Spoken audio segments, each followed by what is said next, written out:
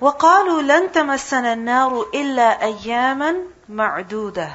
And they say that the fire will never touch us except for a few days. In these verses, who is being mentioned? The Bani Israel. Earlier, we learned about the favors, the blessings that Allah subhanahu wa ta'ala bestowed on them. And now, we learn about the crimes that these people committed. When Allah subhanahu wa ta'ala bestows a favor on someone, a blessing on someone, what should they do? We learned about shukr, gratitude. What does that include? That a person becomes obedient. That he expresses words of gratitude, he feels gratitude in his heart, and at the same time, through his limbs, he becomes more obedient to Allah subhanahu wa ta'ala. However, the Bani Israel, when they received all those favors from Allah, instead of being obedient, what was their reaction? Of disobedience, of committing several crimes, and claiming things in religion which had no basis, which had absolutely no reality. So of those things that the people claimed, the Bani Israel claimed, was that the fire of hell is never going to touch us. Meaning we're never going to go to hellfire. And if we do go to hellfire, it will only be for a few days. Why would they think like this? Because they thought of themselves to be the chosen people. They were the believers. They were the best of all. If Allah subhanahu wa ta'ala had given them so many blessings in this world, that meant they were good no matter what they did. We learned earlier, everything of the religion was based on what? One for them. They didn't have actual knowledge. They just supposed, they assumed many things. And things they assumed was what? That they're never going to go to hellfire. وَقَالُوا, and they said, لَن تَمَسَّنَا النَّارُ. تَمَسَّنَا is from the root letters, mim, sin, mas. And mas is to touch something. So they said that an-nar, the fire, which fire? The fire of hell is never going to touch us. Meaning we're never going to go to hellfire. Because we're the best people. And if we do go to hellfire, if we do, it will be illa, except for ayyam ma'duda. Ayyam is a plural of yawm. Yawm is day, ayyam, days. And ma'duda from the root letters, ayn, dal, dal. Do you know what the word adad means? Counting or number. And ma'duda is that which is numbered. That which is counted. Tell me something. If something is counted, if they can be counted, are they a lot or are they few? They're generally few. Because, for example, the hair on your head, would you ever even bother trying to count them? No, they're just too many to count. Similarly, if you go to a place where there's thousands and thousands of people, would you bother trying to count every single one of them? No, people have estimates, but they don't bother counting every single one of them. Now, something that can be counted, 1, 2, 3, 4, 60, 50, this is what? A few. Not many. So, ayyama ma'duda means what? That we are only going to go to hellfire for a few days. If we do go, it will only be for a few days. Allah subhanahu wa ta'ala says, قُلْ say, meaning ask them, أَتَّخَذْتُمْ عِنْدَ اللَّهِ عَهْدًا. Have you taken a promise with Allah? أَتَّخَذْتُمْ. Meaning have you, istifham, a question. And ittakhaztum, you all took. So have you taken عِنْدَ اللَّهِ with Allah, عَهْدًا, a promise. Ahd, is a promise. So, have you taken a promise from Allah that He is never ever going to put you in hellfire? And if you do go to hellfire, it will only be for a few days. You have a promise that Allah subhanahu wa ta'ala has made with you. And if such is the case, then falan, so never, يُخْلِفَ اللَّهُ عَهْدَهُ. Allah will never ever go against His promise. يُخْلِفَ, خَا, لام, fa. We read the word khalifa from the same root. What does it mean? To go after. Khalf is also behind. And akhlafa yukhlifu ikhlaf is to go against. To go against what? To go against one's promise, one's commitment. That a person says he will do something and then he does not do it. A person says he will not do something and then he does it. So a promise that a person makes, he breaks it. He goes against it. Allah says that if you have taken a promise from Allah that He will never put you in hellfire, then where is it? Allah never made that promise with you. And if Allah did make that promise with you, فَلَن يُخْلِفَ اللَّهُ عَهْدَهُ. Allah would never ever go against His promise. Because who breaks His promise? What's the reason? What would cause someone to break His promise? Firstly, inability to fulfill the promise. A person is not able to fulfill it. For example, you say, I'll come for the appointment at 3 o'clock. And then what happens? You've made that promise, but you go against it. Why? You couldn't find a ride. Your car broke down. You were too tired.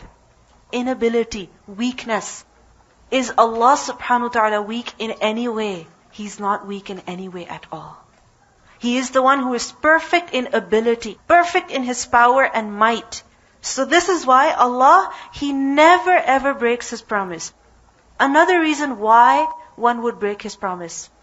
Insincerity, being dishonest, being insincere, being hypocritical. But we see that Allah subhanahu wa ta'ala, He is far above this weakness. Because He is the one who is the most truthful.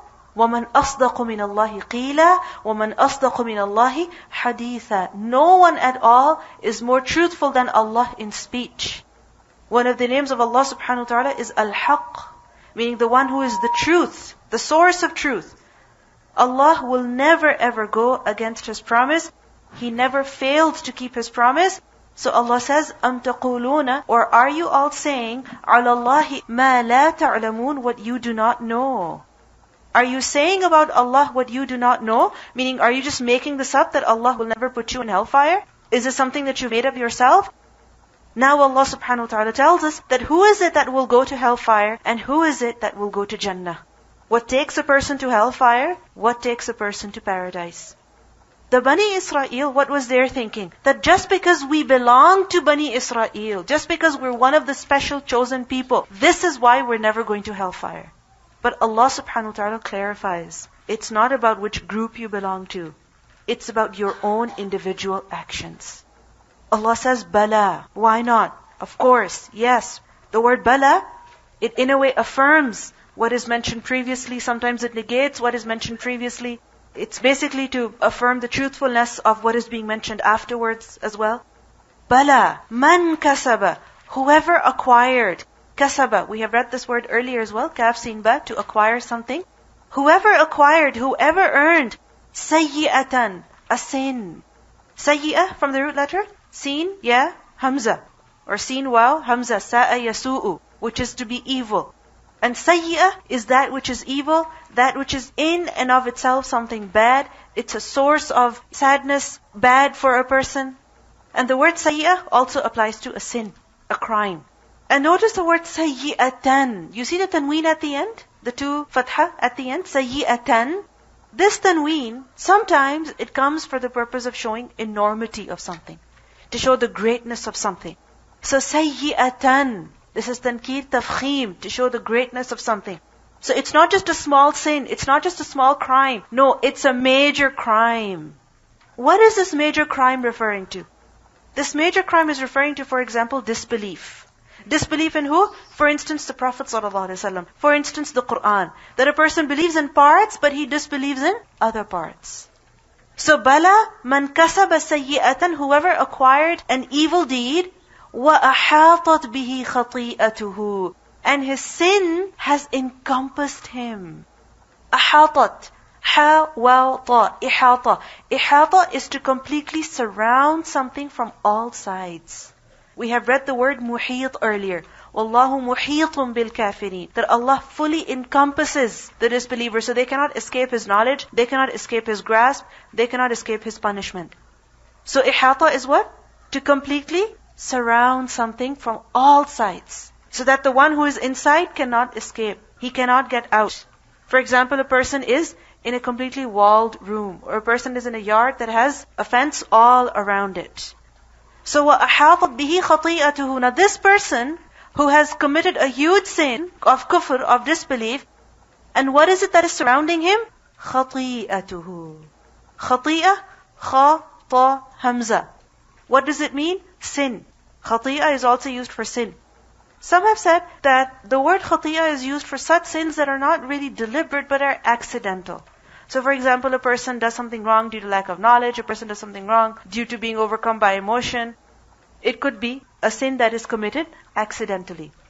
One is that a person deliberately says that, yeah, I'm going to do this wrong thing. But many times it happens that we say bad words when? When we're upset. And later on we're thinking, why did I ever say that? Similarly, when we're angry, that is when we react terribly in front of people. And later on we regret doing that. So you can say at that time, it was accidental, I didn't really mean it, but did you not do it?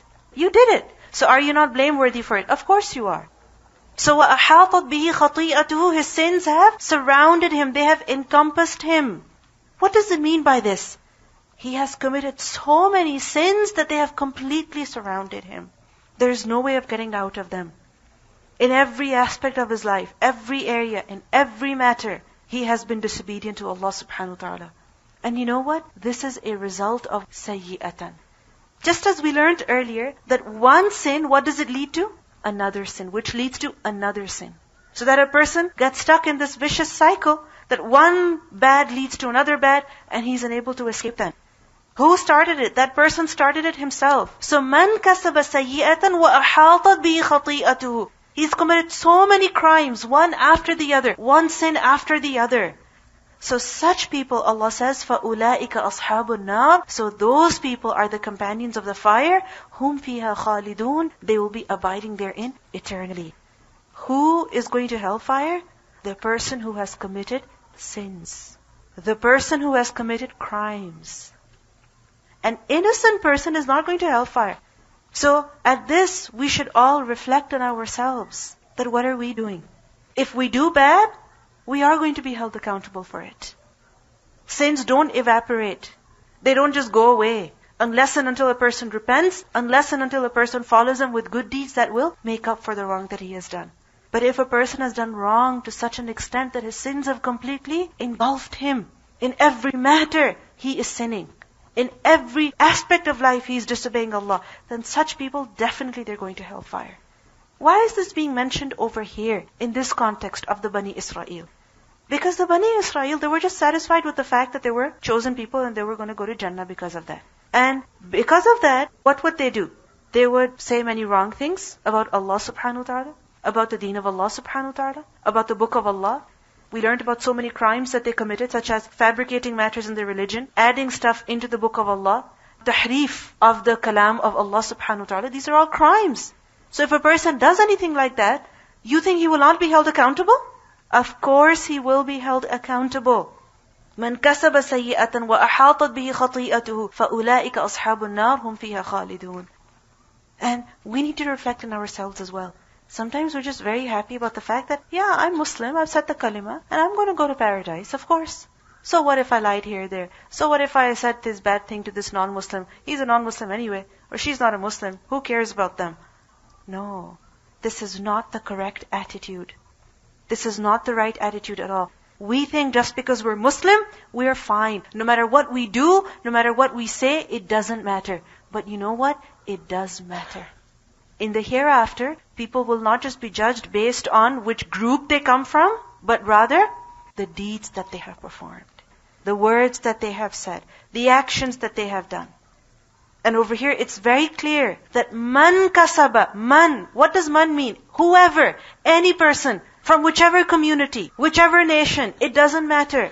If he has acquired sin, and his sins have engulfed him, meaning he has committed so many as though drowning in them, he's fully immersed in them, fully engrossed in them, then such a person is doomed to hellfire. فَأُولَٰئِكَ أَصْحَابُ النَّارِ. And notice how it has been said, هُمْ فِيهَا خَالِدُونَ. Abiding therein eternally. On the other hand, وَالَّذِينَ آمَنُوا. Who is going to paradise? Just those people who belong to a particular group? No. It's those people who amanu. They have believed. They have iman. Iman in what? Iman in everything that we're supposed to have iman in. The Bani Israel, did they not have iman in Allah subhanahu wa ta'ala? Of course they did. Did they not have iman in the Torah? Yes. Iman in the Day of Judgment? Yes. Iman in the angels? Yes. Iman in Musa alayhi salam? Yes. So what was wrong with their iman? They did not believe in everything that you're supposed to believe in. They rejected Isa alayhi salam. They rejected Muhammad sallallahu alayhi wasallam. They rejected Injil. They rejected the Quran. And as a result, their iman was incomplete. This is why they are not a part of alladhina amanu. To be of alladhina amanu, what is necessary? That we believe in everything that Allah subhanahu wa ta'ala has told us to believe in. That Allah subhanahu wa ta'ala has told us, that the Messenger of Allah sallallahu alaihi wasallam has informed us of. So وَالَّذِينَ آمَنُوا. But is this iman sufficient? Only on the basis of acceptance can a person enter Jannah? One more thing is necessary. And what is that? وَعَمِلُوا الصَّالِحَاتِ. and they also performed the righteous deeds. Amal salih is necessary. So such people, ulaika, those are ashabul jannah, the inmates, the companions of paradise.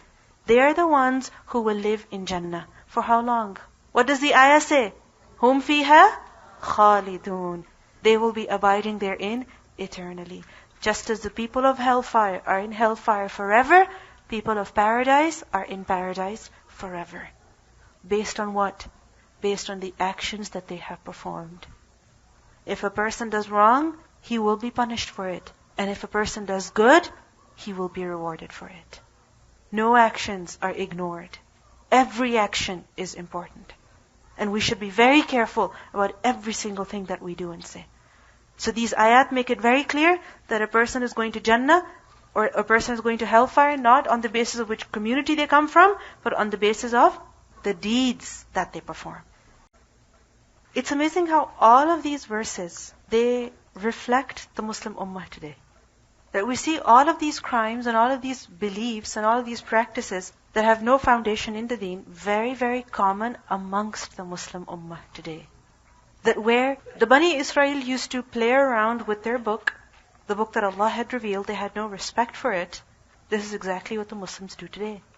Where knowledge was concentrated only with a few people and they did whatever they wanted with the knowledge of the deen, the masses were ignorant.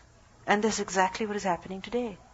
And the majority of the people, their religion is founded on what? One, assumption, supposition, and false beliefs, false hopes that we'll be fine, do whatever you want. And this is the reason why we know that certain things are clearly wrong, clearly haram, but still we find excuses for ourselves. We say it's okay, and we say Allah is Ghafurur Rahim, and you do it but He will forgive you. Besides, you're a Muslim. But we see that these beliefs were also common in the Bani Israel, and Allah subhanahu wa ta'ala negates them completely. That just because you belong to this group, don't think you'll be fine. Be careful about every single action. Where iman is necessary, amal salih is also necessary. And if a person indulges in sayy'ah, he will be held accountable for it. See how the description is given over here, وَأَحَاطَتْ بِهِ خَطِيئَتُهُ, that his sin has completely surrounded him. And many times it happens that a person, as he's committing a sin, he's fully engrossed in it, he's lost in it, and he's enjoying it so much, he's so busy within it that he doesn't even see the wrong that he's committing. He doesn't even realize that he's doing something wrong. He's busy, he's fully immersed into it. But if you think about it, this wall of sin that has surrounded you is in reality what? A wall of fire. وَأَحَاطَتْ بِهِ خَطِيئَتُهُ فَأُولَٰئِكَ أَصْحَابُ النَّارِ. If we look at our sins as fire, then we will not enjoy them. We will run away from them. We will not be comfortable with them, but rather we will try our best to be as far away as possible from them. So we should view sins as what? Fire. سبحانك اللهم وبحمدك نشهد أن لا إله إلا أنت نستغفرك ونتوب إليك. السلام عليكم ورحمة الله وبركاته.